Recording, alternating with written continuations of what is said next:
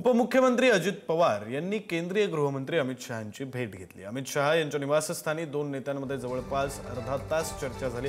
बिहार विधानसभा निवडणुकीच्या यशाबद्दल अजित पवारांनी अभिनंदन केले। राज्यातील काही विषयांवर दोन्ही नेत्यांमध्ये चर्चा झाल्याची माहिती आहे। तर पार्थ पवार यांच्या पुण्यातील जमीन घोटाळा आरोप प्रकरणाच्या पार्श्वभूमीवर या भेटीला विशेष महत्त्व आहे। आणि या भेटी संदर्भातली माहिती देण्यासाठी आपले प्रतिनिधी शिवाजी काळे आपल्या सोबत आहेत। शिवाजी,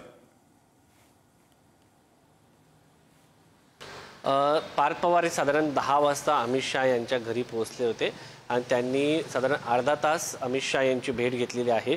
अजित पवारांच्या भेटीचं कारण जे आहे ते पार्थ पवार जमीन घोटाळ्याच्या पार्श्वभूमीवरती भेटीला महत्त्व प्राप्त होतं।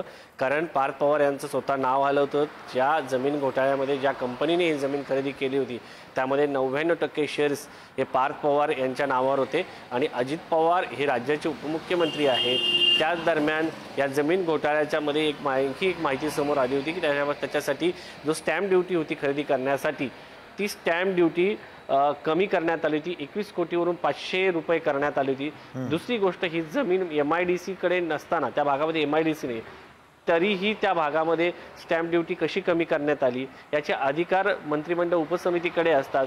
त्या मंत्रिमंडळ उपसमितीने अशा प्रकारचे खरंच अधिकार दिले होते का, असे एक ना अनेक प्रश्न या निमित्ताने उपस्थित झाले। या संदर्भात चौकशी समितीही नियुक्त करण्यात आली आहे। मात्र समोरासमोर असं दिसत होतं की आपण एकीकडे म्हणत असतो कायदा सर्वांसाठी समान आहे, मात्र या प्रकरणामध्ये आपल्याला तसं दिसलं नाही। कारण ज्या व्यक्तींच्या नावावरती या कंपनीचे 99% शेअर्स आहेत त्या व्यक्तीला सोडून ज्याने या जमिनीसाठी 1% ज्याच्या नावावरती शेअर्स आहेत त्या व्यक्तीच्या विरोधात गुन्हा दाखल करण्यात आला। ज्या व्यक्तीने या सगळ्या संदर्भामध्ये कागदपत्र क्लिअर केले, ज्यांनी पैसे कोणी दिले हाही या सगळ्या याच्यामध्ये प्रश्न होता। तर त्याच्यामध्ये असं दिसत होतं की खरं शिवाजी, त्यामुळे भेटीमध्ये नेमकी काय चर्चा झाली असेल याविषयी विश्लेषण करणं, याविषयी बोलणं गरजेचं आहे।